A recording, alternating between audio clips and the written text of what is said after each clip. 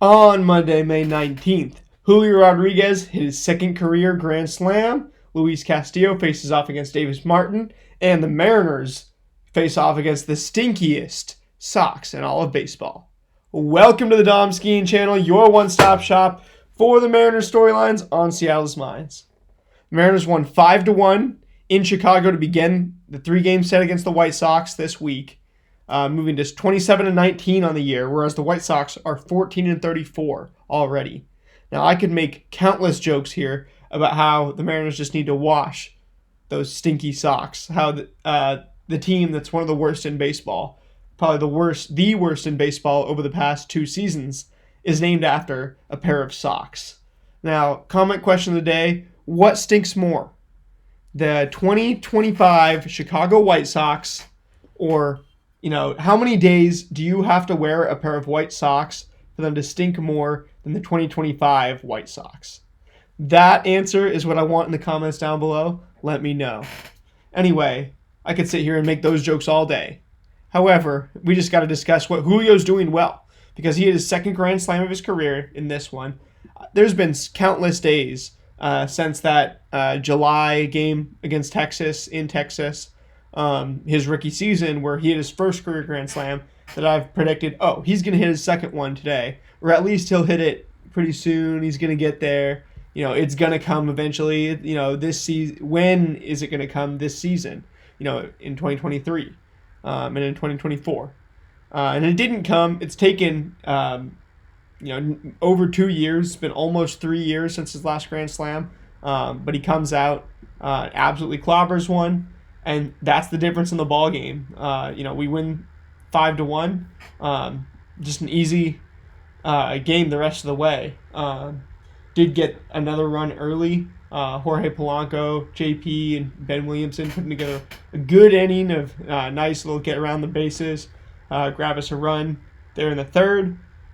Shout out to Jorge in particular, 106.8 off the bat. JP with a really soft single. His contact approach is really dialed in right now. That's what I think is resulting in some of the just better batting average numbers for him. 840 expected batting average, despite a 73.6 mile an hour exit velocity on that single in the third inning for JP. 18th at bat of the game, by the way. Then after him, Jorge comes up, scorches a single. That scores Ben Williamson, who got on base with 2 outs in the inning, in that third inning.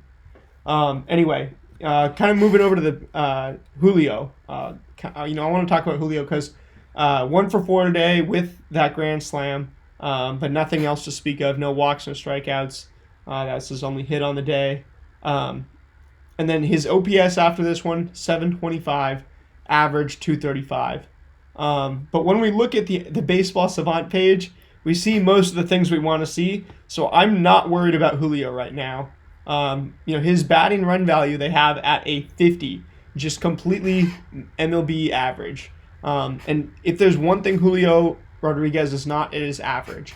He is not an average baseball player. He's 6'3", 228 is listed on Baseball Savant, but I would go, closer to, the 6'3" I think is legit, and the wingspan is there. Like, he's a long, lanky guy, and the 228, getting up to that with how long and lanky he is. He just has tremendous athleticism, especially at his size. So the xWOBA still in the 74th percentile. The expected batting average up at 265, so he's actually underperforming that by 30 points at 235. If Julio was hitting 265, also let's look at his expected home runs this year. Just want to see how many he's expected to be hitting and stuff. So expected home runs by park, he's got 7. In Camden Yards, he would have hit 9. Cubs, he would have hit 9. Pretty much 9 everywhere for expected homers. Few places have him a little bit less. But honestly, his expected stats are pretty good. Those exit velocity stats are elite. That's really where Julio Rodriguez makes his money. 93 percentile bat speed. That's his top number on this on the site right now. And then, but the expected slug and the expected WOBA are in that 74th percentile. 355, 484 for the expected slug.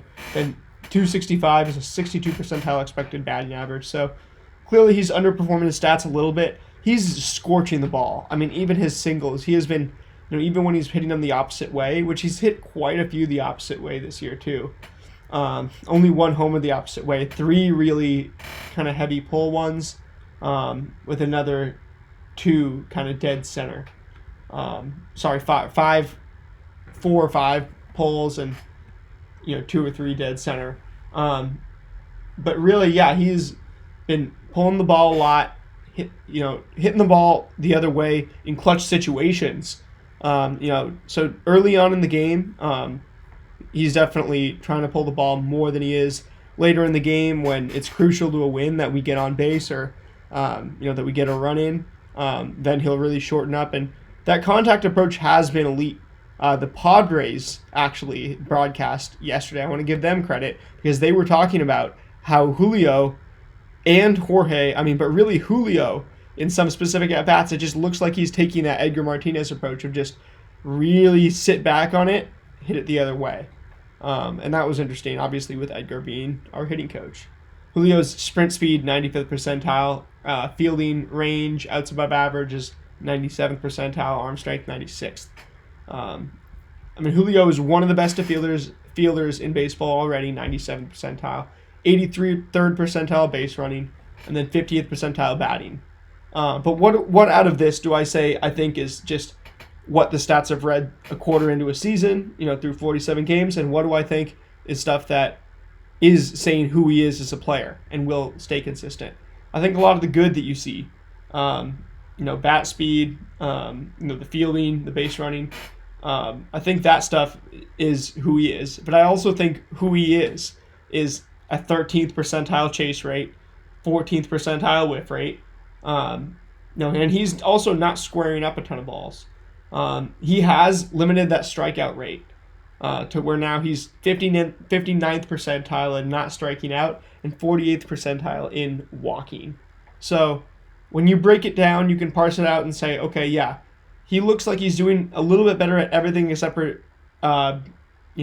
just chasing. But Julio falls victim to some of the most obvious traps. When you're a lengthy right-handed hitter, Julio notoriously gets pitched up and in a lot.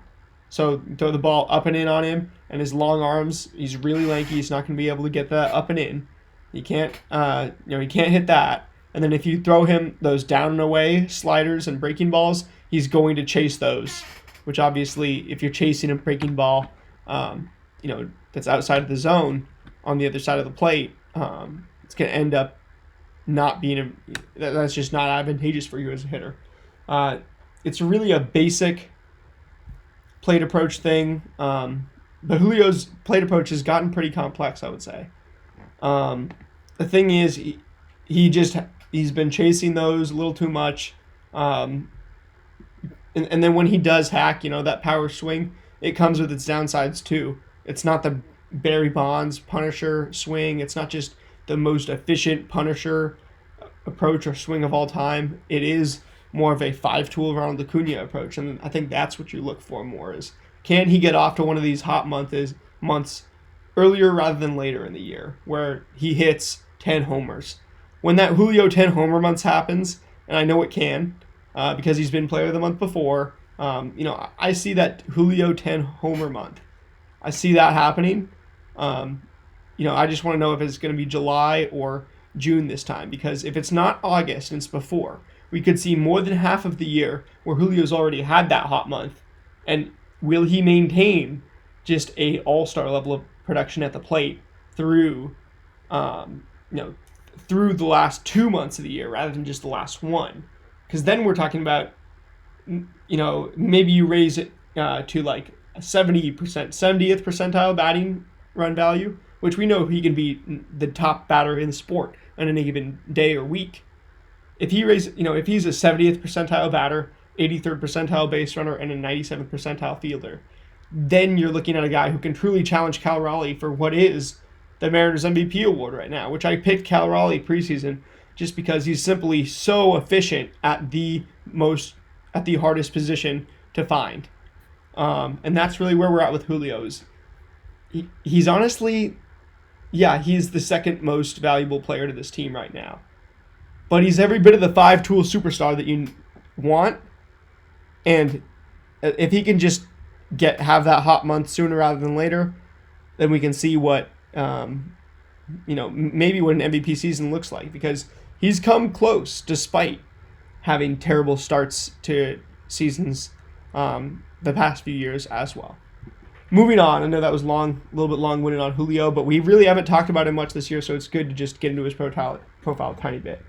Moving on, kind of the pitching matchup. Luis Castillo going 7 sterling innings, 3 hits allowed, 5 strikeouts to 0 walks on 94 pitches.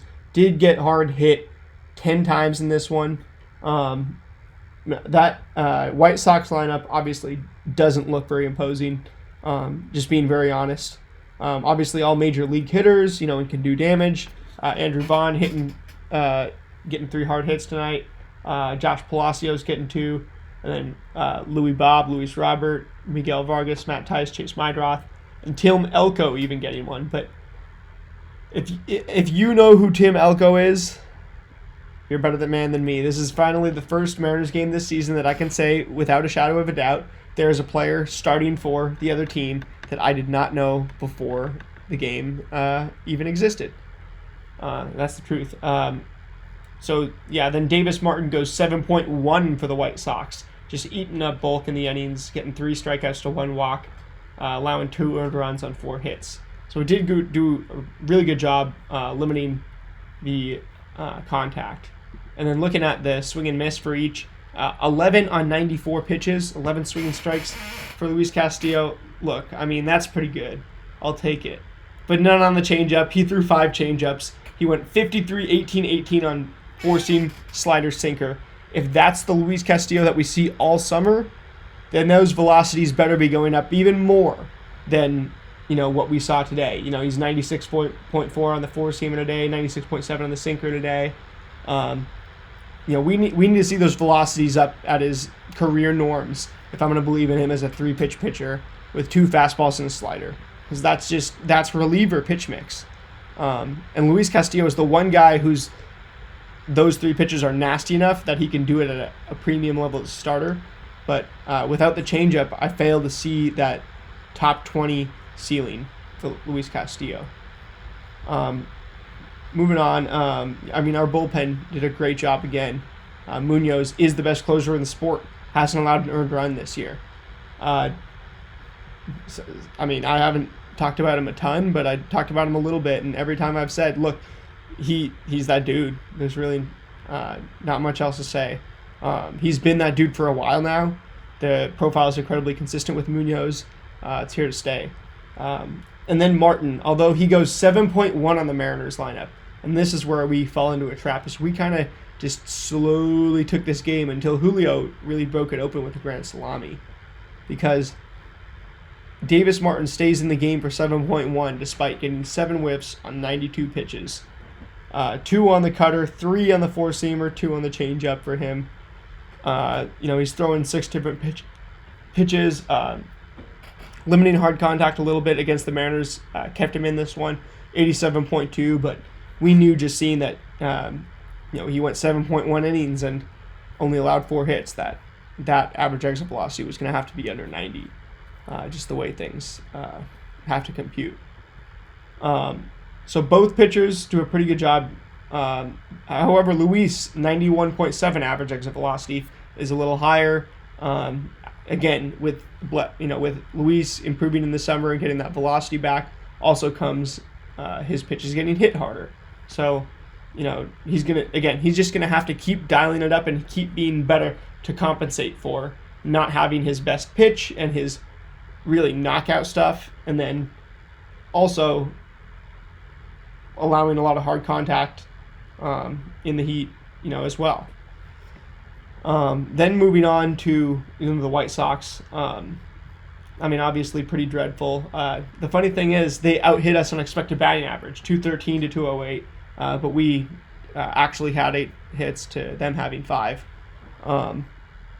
So baseball, you can have stuff like that happen where the expected stats favor one team over another on a given night, but clearly we were the better team.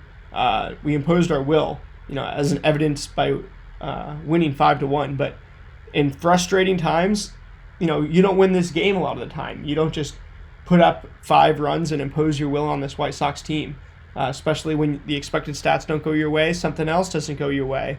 And that 7.1 inning start from Davis Martin with just the 2 earned runs becomes even more. Becomes a 7 inning scoreless start from Davis Martin, and you somehow lose this game, get bad vibes going into the next day. But the fact that we can just come out and rinse them for a 5-1 win, even when the expected stats favor them in certain ways, that says a lot about our professionalism as a team, as a lineup at this point in the season. And that's going to do it here. I've been your boy Dom Skeen, and I will see you guys tomorrow for Game 48, Game 2 against the White Sox. Hopefully we see George Kirby's 2025 debut. If not, Casey Lawrence is also with the club. But there is no pitcher scheduled to start tomorrow's matchup. So I will see you guys here for that one. Go Amps.